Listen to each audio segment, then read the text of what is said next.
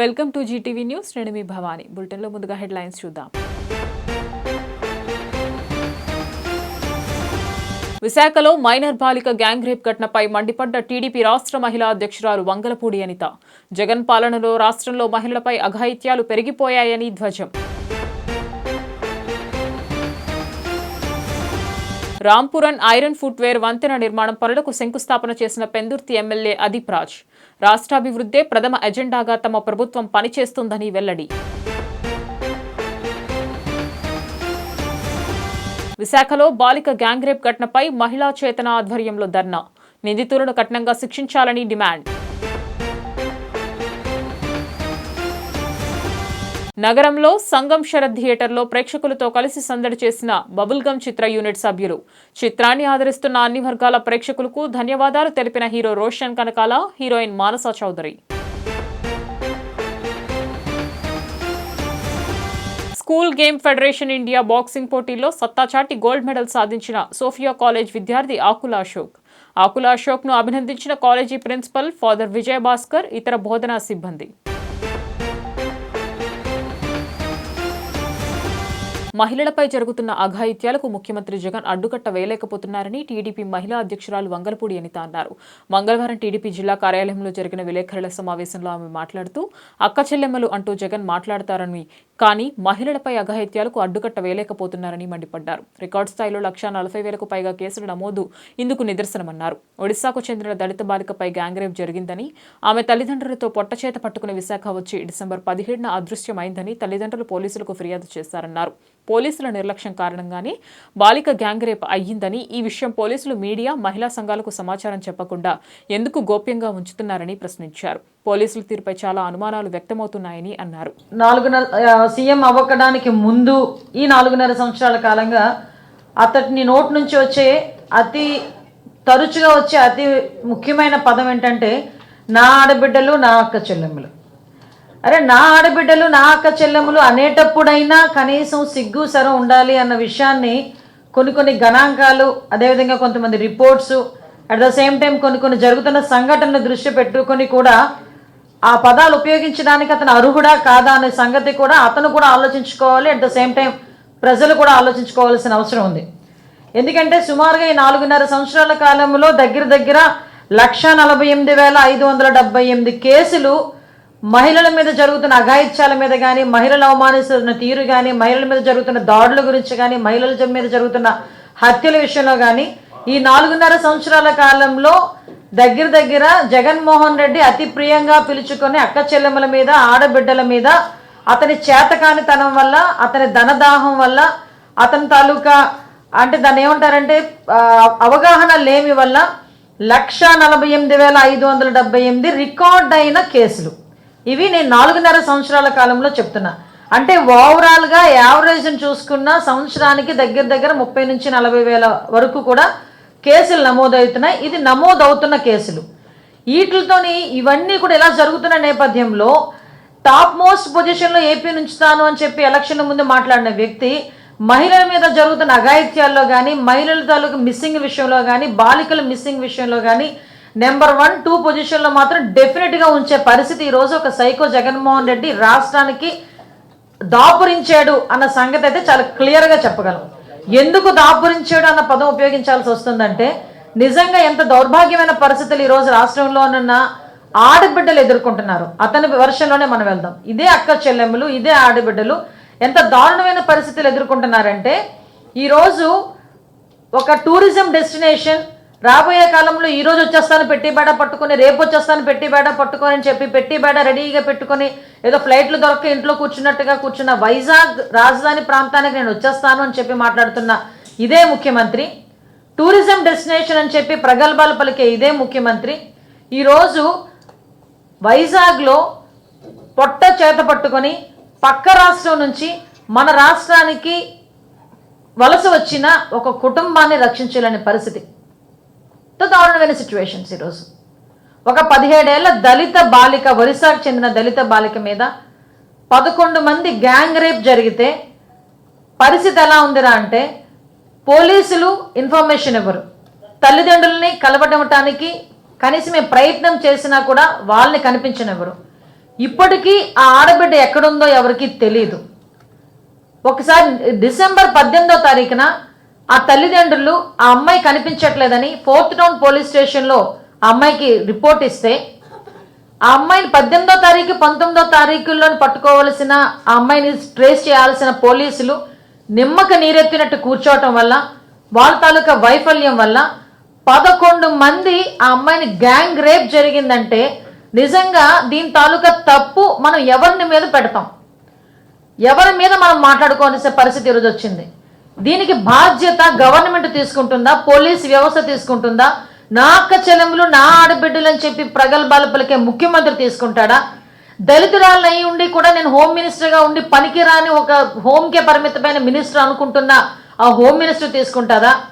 ఏదో దొంగల పడ్డ 6 నెలలకి కుక్కలు మురిగినట్టు ఇక్కడ ఆల్రెడీ కేసు ఫైల్ చేసేసిన తర్వాత మహిళా కమిషన్ అతి ముఖ్యంగా స్పందించేసి సుమోటోగా తీసుకున్నాను ఈ కేసును అని చెప్పి మాట్లాడుతున్న పరిస్థితి చూస్తూ ఉంటే జనాలు ఏమైనా ఇర్రోలు అనుకుంటున్నారా? నిజంగా చాలా బాధ అనిపించిందండి. ఈ విషయం ప్రెస్లోకి వచ్చినట్టుంది. I think so. 31 మధ్యాహ్నానికి మేము అరెస్ట్ చేశామని చెప్పి పోలీసులు చెప్పారు. 31 మధ్యాహ్నానికి మా మహిళా కమిషన్ చైర్పర్సన్ అప్పుడు నిద్రలేచినట్టుంది. మరి బయటకు వచ్చి నేను సుమోటోగా తీసుకున్నాను ఈ కేసుని పోలీసులు చెప్పలేదండి. సుమోటోగా ఆ కేసు తీసుకుంటున్నాను అంటే పోలీసులు ఆల్రెడీ అప్పటికే కేసు ఫైల్ చేసి ఉన్నారు. కేసు ఫైల్ చేశామని చెప్పారు. అది కూడా బయటికి ప్రెస్కి కూడా ఎక్కడ కూడా బయటికి వాళ్ళు రివీల్ చేయలేదు.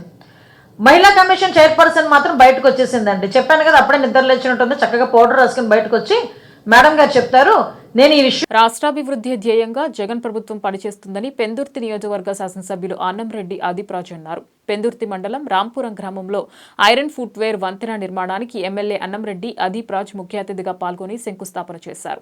ఈ సందర్భంగా ఆయన మాట్లాడుతూ NH-16 రహదారి నిర్మాణం అయిన తరువాత పలు గ్రామాల ప్రజలకు పొలాలకు వెళ్లేందుకు రాకపోకల సమస్యలు ఎదుర్కొంటున్నారని, సమస్య పరిష్కారానికి సీఎం జగన్మోహన్ రెడ్డి దృష్టికి తీసుకువెళ్లిన వెంటనే మన రాష్ట్ర ముఖ్యమంత్రి జగన్మోహన్ రెడ్డి ఈ వంతెన నిర్మాణానికి నిధులు మంజూరు చేశారని తెలిపారు. ఈ వంతెన్ను 2.35 కోట్లతో నిర్మిస్తున్నట్లు పేర్కొన్నారు. ఈ వంతెన్ను నెల 15 రోజుల్లోపు పూర్తి చేసి ప్రారంభించడం కూడా జరుగుతుందని అన్నారు. ఈ కార్యక్రమంలో స్థానిక గ్రామ సర్పంచ్ అన్నన్రెడ్డి శిరీష, జెడ్పీటీసీ ఉప్పిలి దేవి కనకరాజు, వైస్ ఎంపీపీ చిరికి దేముడు, గొరపల్లి శ్రీను, వైఎస్ఆర్సీపీ నాయకులు పాల్గొన్నారు.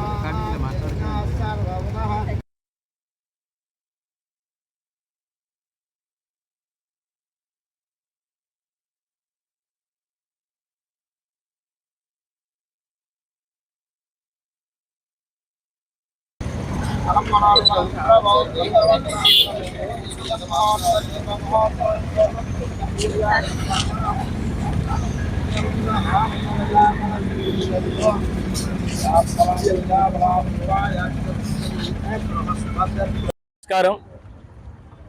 ఏదైతే ఇంకా మన NH-16 కంప్లీట్ అయిన తర్వాత రాంపురం గ్రామానికి ముఖ్యంగా ఏదైతే మాకు రోడ్డుకి అవతల పక్క కళ్ళాలు కానీ ఇక్కడ ఉన్నటువంటి రైతుల తాలూకా వ్యవసాయ భూములు కానీ అన్నీ కూడా రోడ్డుకి అటువైపు ఉన్నటువంటి సంగతి అందరూ కూడా తెలిసిందే. అయితే NH-16 హైవే వచ్చిన తర్వాత పూర్తిగా వాళ్ళకి కనెక్టివిటీ అనేటువంటిది లేనటువంటి సందర్భం. అయితే వీళ్ళు ఇప్పుడు వెళ్ళాలి అంటే ఆ శ్మశాన వాటికి దగ్గర నుంచి మళ్ళీ ఆ సబ్వేలోంచి తిరిగి వెళ్ళేటువంటి పరిస్థితులు ఉండేవి. మరి NH-16 వాళ్ళని రిక్వెస్ట్ చేసి తర్వాత మరి గౌరవ ముఖ్యమంత్రి వర్యులు చొరవతో మరి సుమారుగా 2,35,00,000 రూపాయలు విలువ చేసేటువంటి ఒక బ్రిడ్జిని, ఒక ఐరన్ బ్రిడ్జిని మనకి రోడ్డుకి యువతల నుంచి అవతలకి ప్రజలు ఎవరికి కూడా ప్రమాదాలు జరగకుండా వాళ్ళకి అన్ని విధాలుగా కనెక్టివిటీ ఉండేటువంటి విధంగా మరి ఏర్పాటు చేయడం జరిగింది. నాకు తెలిసి ఇటువంటి ఒక బ్రిడ్జ్ మనకి సుమారుగా రాజమండ్రి వరకు ఎక్కడా కూడా లేదు. కేవలం రాజమండ్రి ముందు మాత్రం ఒక పక్క బైక్స్ మరో పక్క కాలినడకన వెళ్ళేటువంటి బ్రిడ్జ్ని మనం ఇక్కడికి మనం ప్రపోజల్ తీసుకురావడం, దానికి శాంక్షన్ తీసుకురావడం కూడా NH16 వాళ్ళతోనే ముఖ్యమంత్రి గారితో కూడా మాట్లాడి మరి శాంక్షన్ తీసుకొచ్చాం. అయినప్పటికీ కూడా కొంచెం ల్యాండ్కి సంబంధించినట్టు కొన్ని ఇష్యూస్ ఉండడం వల్ల ఇప్పుడు ప్రెసెంట్ ఇమీడియట్గా మనుషులు దాటి వెళ్ళడానికి వాళ్ళకి కావాల్సిన ర్యాంప్ స్టెప్స్ అన్ని కూడా ఏర్పాటు చేయడం జరుగుతుంది. మరి సుమారుగా 2,35,00,000 రూపాయలతో మరి ఈ కార్యక్రమాన్ని ఇవాళ భూమి పూడ్చి కూడా చేయడం జరిగింది. అతి తొందరలోనే వాళ్ళు ఇచ్చినటువంటి టైం ప్రకారం అయితే 1.5 monthలో పూర్తిగా దీన్ని పూర్తి చేసి మళ్ళీ వచ్చే నెల 15వ తారీఖు లోపు, ఫిబ్రవరి 15వ తారీఖు లోపే దీన్ని పూర్తి స్థాయిలో ప్రజలకి మళ్ళీ వాడకానికి అందిస్తామని చెప్పడం జరిగింది. మరి ఇవాళ చూస్తే మరి కేవలం ఒక రాంపురం గ్రామంలోనే అన్ని రకాలుగా కూడా అభివృద్ధి కార్యక్రమాలు అంటూ చేయడం జరిగింది. ఇంకా మేజర్గా ఏదైతే ఈ రోడ్డు కూడా ఉందో, వైడనింగ్ ఆఫ్ రోడ్డు కూడా వాళ్ళ సొంత నిధులతోనే ఇప్పటికే సహం 1 side అంతా కూడా కంప్లీట్ చేసాం. మిగతాది కూడా మరొక పండుగ లోపు 1 side కంప్లీట్ చేసి మళ్ళీ ఫిబ్రవరి 15 లోపు 2 పక్కల కూడా రోడ్డును పూర్తిగా వైడనింగ్ చేసేటువంటి కార్యక్రమం కూడా చేస్తాం. అదే రకంగా మరి సుమారుగా 50 లక్షల రూపాయలతో ఒక కళ్యాణ మండపాన్ని కూడా శంకుస్థాపన చేసుకోవడం. ఇప్పుడు 50 lakhs సంబంధించి వర్క్ అయిపోయింది.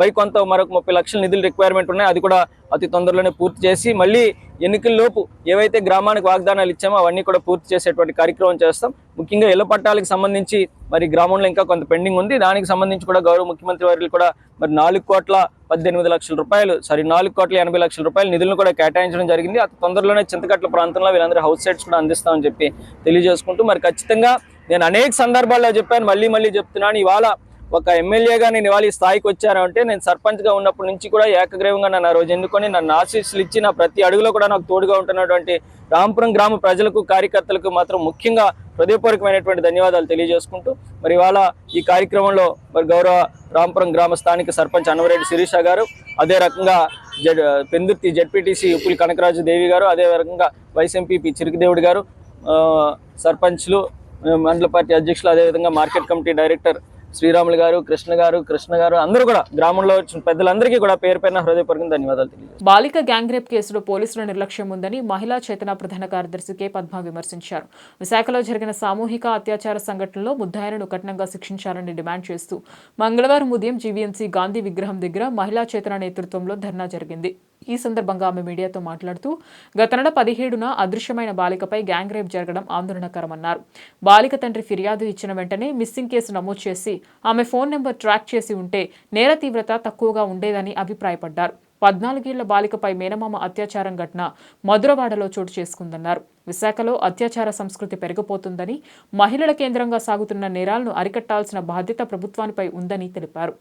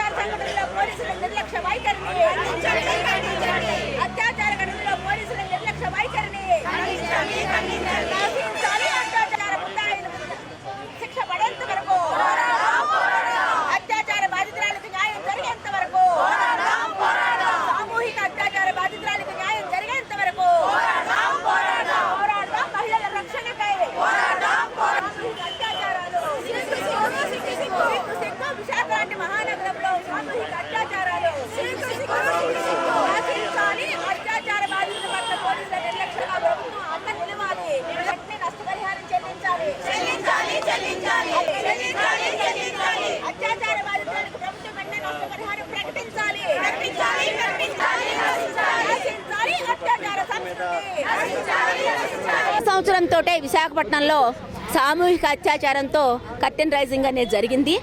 వెంటనే మధురవాడ ప్రాంతంలో ఒక మేనమామ మైనర్ బాలికను అత్యాచారం చేసిన సంఘటన వెంటనే జరిగింది. అంటే కొత్త సంవత్సరం విశాఖపట్నం అత్యాచారాలతో మేల్కొంది.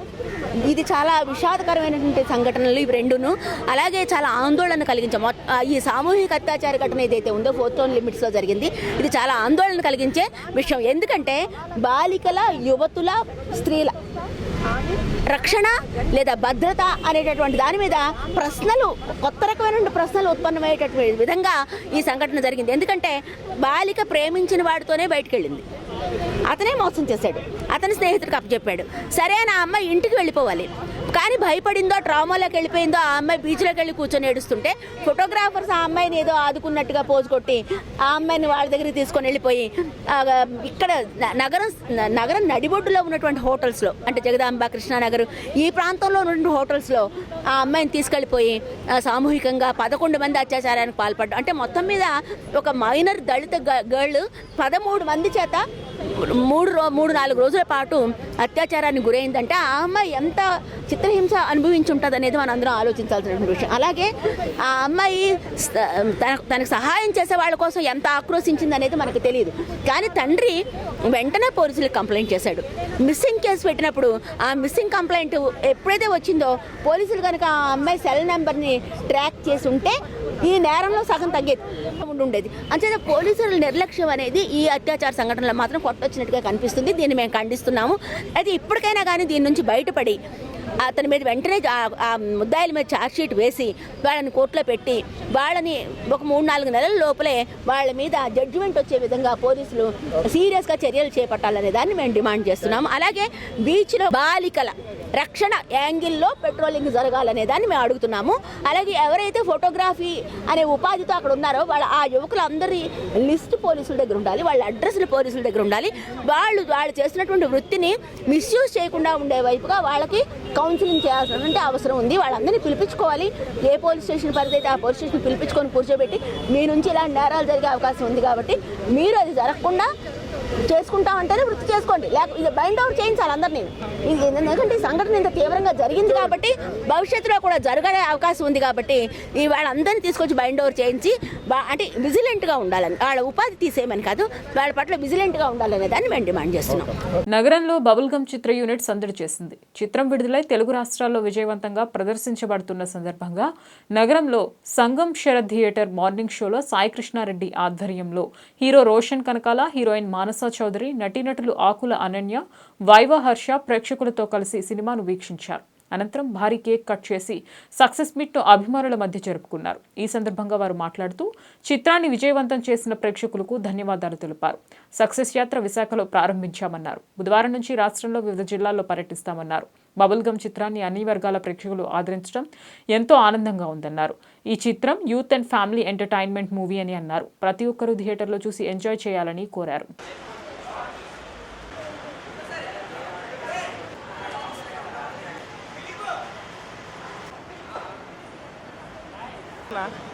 తీస్తాను రేవన్నీ నా కాపీ చేసేస్తున్నా.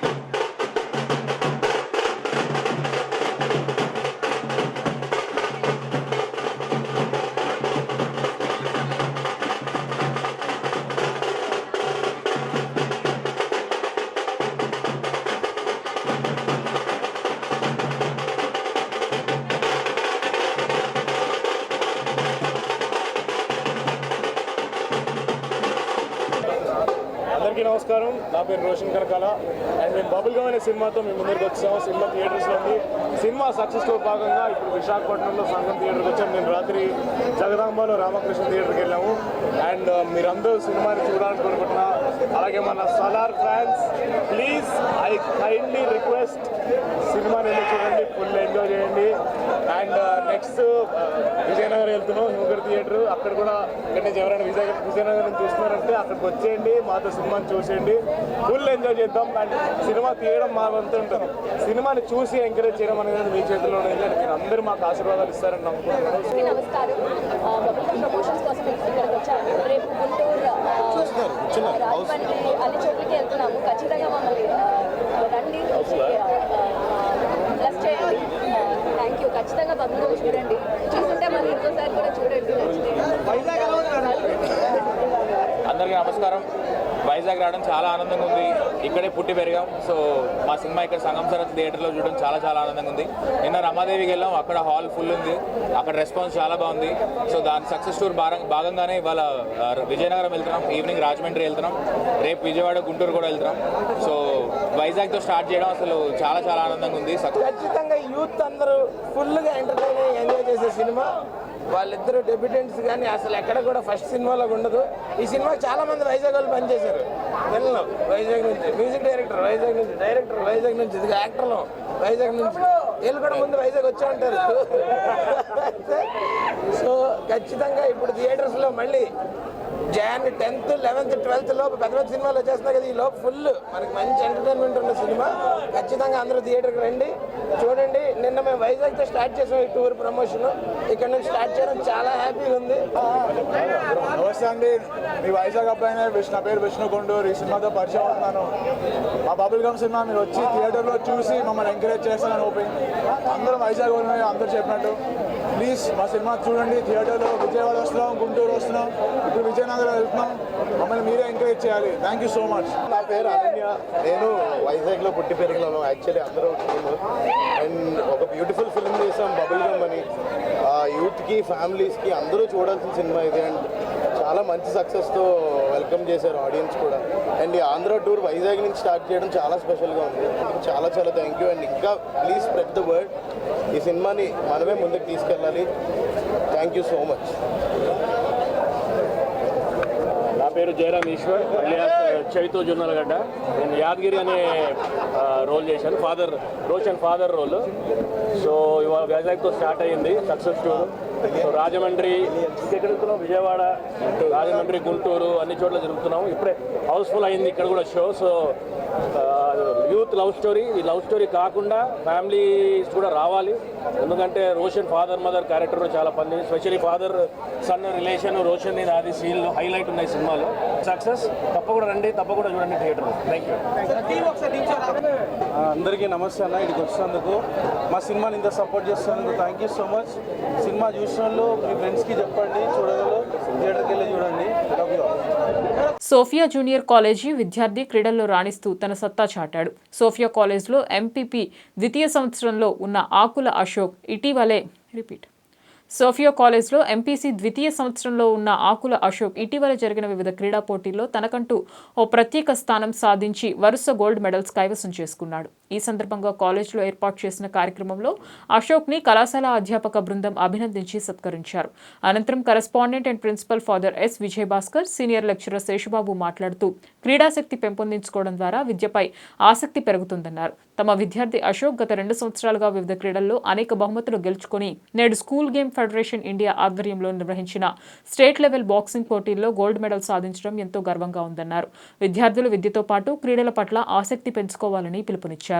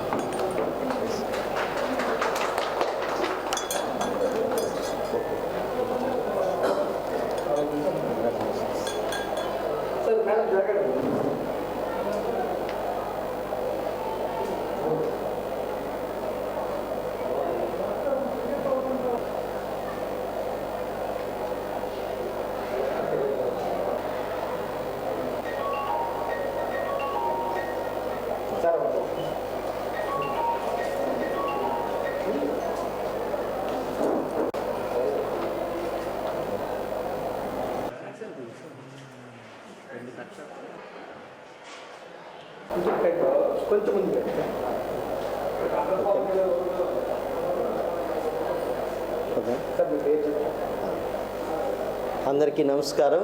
నేను father S Vijayabhaskar, Sophia junior college principal and కరస్పాండెంట్గా ఈ నూతన సంవత్సరంలో మా యొక్క కళాశాల యాజమాన్యం అంతా కూడా సగర్వంగా సంతోషంగా ప్రకటించినటువంటి ఒక మంచి వార్త ఏమిటి అంటే, మా కాలేజీలో ఎంపీసీ సెకండ్ ఇయర్ చదువుతున్నటువంటి ఆకుల అశోక్ గత 2 సంవత్సరాలుగా అనేక పోటీలలో, ముఖ్యంగా బాక్సింగ్లో అనేక పోటీలలో పాల్గొని ఎన్నో పథకాలను, సర్టిఫికెట్లను సాధించగా గత 2 నెలల క్రితం స్కూల్ గేమ్స్ ఫెడరేషన్ ఇండియా వాళ్ళు స్టేట్ తరపున జరిపినటువంటి ఈ బాక్సింగ్ పోటీలలో తాను గోల్డ్ మెడల్ సాధించడం, అటు తర్వాత డిసెంబర్ నెలలో జరిగినటువంటి స్కూల్ గేమ్స్ ఫెడరేషన్ ఇండియా వాళ్ళు ఈ బాక్సింగ్ పోటీలలో తాను బ్రాంజ్ మెడల్ సంపాదించడం మేమెంతో గర్వపడుతూ ఉన్నాం. ఈ యొక్క విషయాన్ని విశాఖ ప్రజలందరికీ కూడా సంతోషంగా తెలియజేస్తూ ఉన్నాం. ఆటలు అనేటువంటిది ప్రస్తుతం ప్రతి ఒక్కరికి కూడా మానసిక ఆరోగ్యానికి, ఎదుగుదలకు ఎంతో ఉపయోగపడుతుంది. మా కళాశాల నుండి హాకీకి మరియు మిగతా పోటీల్లో కూడా పాల్గొన్నటువంటి వాళ్ళు ఉన్నారు. మరి ఈ అశోక్ అనేటువంటి మా విద్యార్థి ఈ విధంగా ఇంత గొప్ప పథకాన్ని సాధించడం మేము ఎంతో సంతోషిస్తున్నాం, గర్విస్తూ ఉన్నాం. అందరికీ నమస్కారం. అందరికీ నమస్కారం. నా పేరు రవీంద్ర శేషబాబు. సోఫియా కాలేజీలో సీనియర్ లెక్చరర్గా గత 22 సంవత్సరాలుగా పనిచేస్తున్నాను. మా కళాశాలకు గర్వకారణంగా నిలిచినటువంటి ఆకుల అశోక్ కుమార్ని, వారి తల్లిదండ్రులు పరమేష్, లోకేశ్వర్లను కళాశాల తరఫున అభినందిస్తున్నాం. జాతీయ స్థాయి school games federation of India వారు నిర్వహించినటువంటి బాక్సింగ్ క్రీడలో అశోక్ కుమార్ బ్రాంజ్ మెడల్ సాధించడం మా కళాశాలకే కాదు, విశాఖ నగరంలో ఉన్న విద్యార్థులందరికీ కూడా గర్వకారణం. ఈ విద్యార్థి ప్రస్తుతం జాతీయ స్థాయిలో సాధించిన ప్రగతి కాకుండా అంతర్జాతీయ స్థాయిలో కూడా మరిన్ని పథకాలు సాధించి తన కుటుంబానికి, తన ఊరికి, తన దేశానికి పేరు ప్రతిష్ట తీసుకురావాలని ఆశిస్తూ అబ్బాయికి మా కళాశాల తరఫున 50 మంది సిబ్బంది తరఫున కృతజ్ఞతలు తెలియపరుస్తూ, అభినందనలు తెలియపరుస్తూ ఆశీర్వదిస్తున్నాను. జీవీఎంసీ గాంధీ విగ్రహం వద్ద అంగన్వాడీలు కార్యకర్తలు తమ సమస్యలు పరిష్కారం చేయాలని కోరుతూ ధర్నా చేశారు. అంగన్వాడీ కార్యకర్తలు చేస్తున్న సమ్మె 22వ రోజులకు చేరుకుంది. నేటి వరకు ప్రభుత్వం తమ సమస్యలపై స్పందించకపోవడంతో ప్రభుత్వం జారీ చేసిన జీవోలను కార్యకర్తలు తగలబెట్టారు. ఈ సందర్భంగా సిఐటియు నాయకులు మనీ మాట్లాడుతూ అంగన్వాడీ కార్యకర్తలు ఉద్యోగానికి వెళ్లకపోతే ముఖ్యమంత్రి వైఎస్ జగన్మోహన్ రెడ్డి వారిని తొలగిస్తామని చెప్పడం బాధాకరమన్నారు.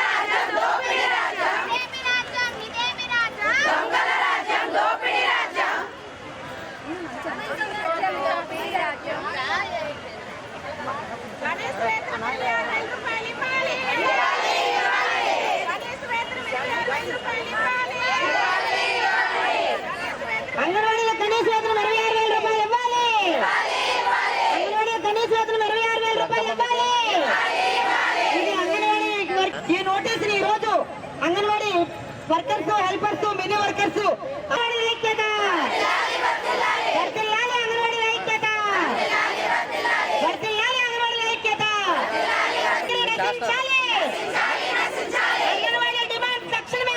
స్ట్రైక్ జరుగుతుంది. ప్రభుత్వం ఈరోజు మాకు కొన్ని నోటీసులు పంపించింది. ఆ నోటీసు సారాంశం ఏంటి అంటే, జనవరి 5 లోపల మీరు తిరిగి విధుల్లోకి చేరాలి. విధుల్లోకి చేరకపోతే మిమ్మల్ని శాఖాపరమైన చర్యలు మీ మీద తీసుకోబడతాయని హెచ్చరిస్తున్నారు. అంటే ఏంటి, మా ఉద్యోగాలు పీకేస్తారని చెప్పదలుచుకున్నారు. మమ్మల్ని బెదిరించలేరు అని ఈ గవర్నమెంట్కి మేము చెప్పదలుచుకున్నాం. మేము ఈరోజు ఈ స్ట్రైక్ చేస్తున్నామంటే దానికి ప్రధానమైన కారణం జగన్మోహన్ రెడ్డి గారు. గడిచిన 4.5 ఏళ్లుగా అయ్యా మా వేతనాలు పెంచండి పెంచండి పెంచండి అని మేము ఎన్నో ఆందోళన కార్యక్రమాలు చేసాం. వాటిని ఆయన ఏమాత్రం ఖాతరు చేయలేదు. ఇంకా గత్యంతరం లేక వేరే దిక్కు లేక వచ్చిన జీతంతో బతకలేక స్ట్రైక్ వచ్చాం. స్ట్రైక్ వస్తే మా వేతనాలు పెంచేశాము అని చెప్పి తప్పుడు ప్రకటనలు చేస్తున్నారు. 2019లో కేవలం 1000 రూపాయలు పెంచి మొత్తం వేతనం అంతా నేనే పెంచాను అంటున్నారు. జగన్మోహన్ రెడ్డి గారు అబద్ధాలు చెప్తున్నారు. ఆయన వచ్చిన తర్వాత మాకు పెరిగిన వేతనం 1000 రూపాయలు మాత్రమే. అంతకుముందు టీడీపీ గవర్నమెంట్లో వేతనాలు పెరిగాయి. ఒకసారి 2800, ఒకసారి 3500 పెరిగాయి. ఈయన వచ్చిన తర్వాత వేతనం పెంచింది 1000 రూపాయలే. కానీ ప్రజలకు మాత్రం 7000 నుండి 11,500 రూపాయలు నేను వేతనం పెంచాను అని అబద్ధం చెప్తున్నారు. ఈ అబద్ధాన్ని తక్షణం ఆపాలి. లేదా మేము చెప్పిన తప్పైతే మమ్మల్ని జైల్లో పెట్టండి. లేదు అనుకుంటే వాళ్ళ రాష్ట్ర ప్రజానీకానికి క్షమాపణ చెప్పండి. తప్పుడు సమాచారం ఇచ్చినందుకు మా ఉద్యోగాలు తీసేస్తాము అంటే మేము బెదిరిపోయేది లేదు. ఏ ఒక్కరిని మా సెంటర్లోకి రానివ్వం. మేము స్ట్రైక్ కూడా కొనసాగిస్తాం. జగన్మోహన్ రెడ్డి గారికి 11,500 రూపాయలతో బతకమనండి. లేదైనా ఎవరైనా మంత్రినైనా బతకమనండి, ఎమ్మెల్యేనైనా బతకమనండి, సర్పంచ్నైనా బతకమనండి. లేదు అనుకుంటే ఒక కార్పొరేటర్నైనా 11,500తోనూ బతకమనండి.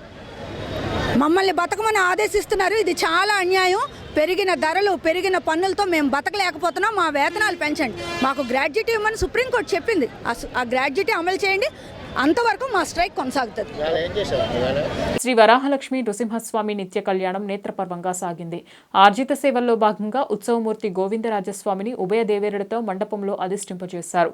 పాల్గొన్న భక్తుల గోత్రనామాలతో సంకల్పం చెప్పి పాంచరాత్రాగమ శాస్త్రం విధానంలో విశ్వక్సేనారాధన, పుణ్యాహవచనాలతో కార్యక్రమానికి శ్రీకారం చుట్టారు. కంకణధారణ, నూతన యజ్ఞోపవీత సమర్పణ, జీలకర్ర బెల్లం, మాంగళ్యధారణ, తలంబ్రాల ప్రక్రియలను కమనీయంగా జరిపించారు. మంత్రపుష్పం, మంగళ శాసనాల తర్వాత భక్తులకు వేదాశీర్వచనాలు, శేషవస్త్రాలు, స్వామివారి ప్రసాదాలను అందజేశారు.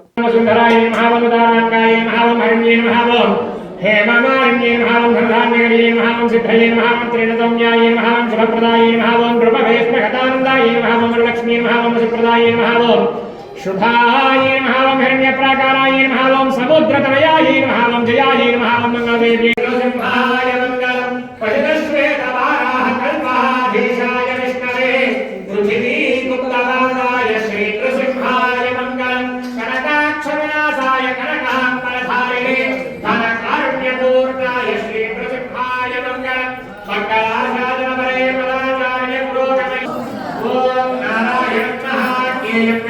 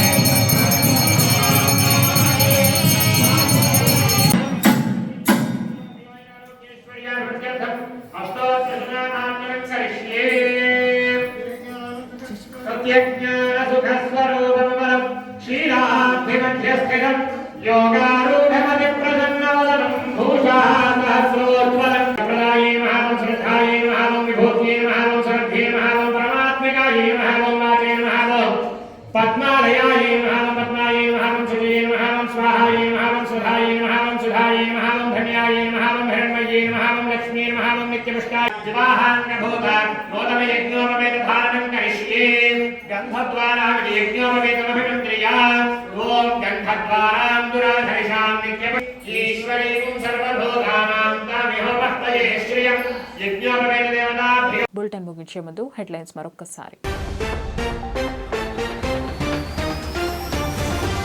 విశాఖలో మైనర్ బాలిక గ్యాంగ్ రేప్ ఘటనపై మండిపడ్డ టీడీపీ రాష్ట్ర మహిళా అధ్యక్షురాలు వంగలపూడి అనిత. జగన్ పాలనలో రాష్ట్రంలో మహిళలపై అఘాయిత్యాలు పెరిగిపోయాయని ధ్వజం. రాంపురన్ ఐరన్ ఫుట్వేర్ వంతెన నిర్మాణం పనులకు శంకుస్థాపన చేసిన పెందుర్తి ఎమ్మెల్యే అదీప్ రాజ్. రాష్ట్రాభివృద్ధే ప్రథమ ఎజెండాగా తమ ప్రభుత్వం పనిచేస్తుందని వెల్లడి.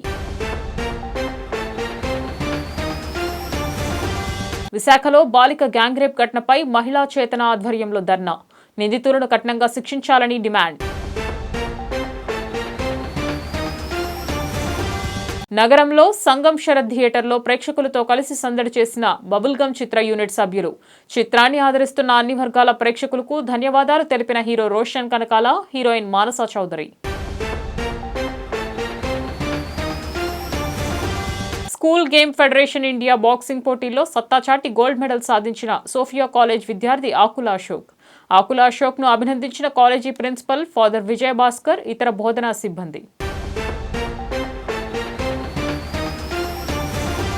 ఈ వార్త ఇంతటితో సమాప్తం. నమస్కారం.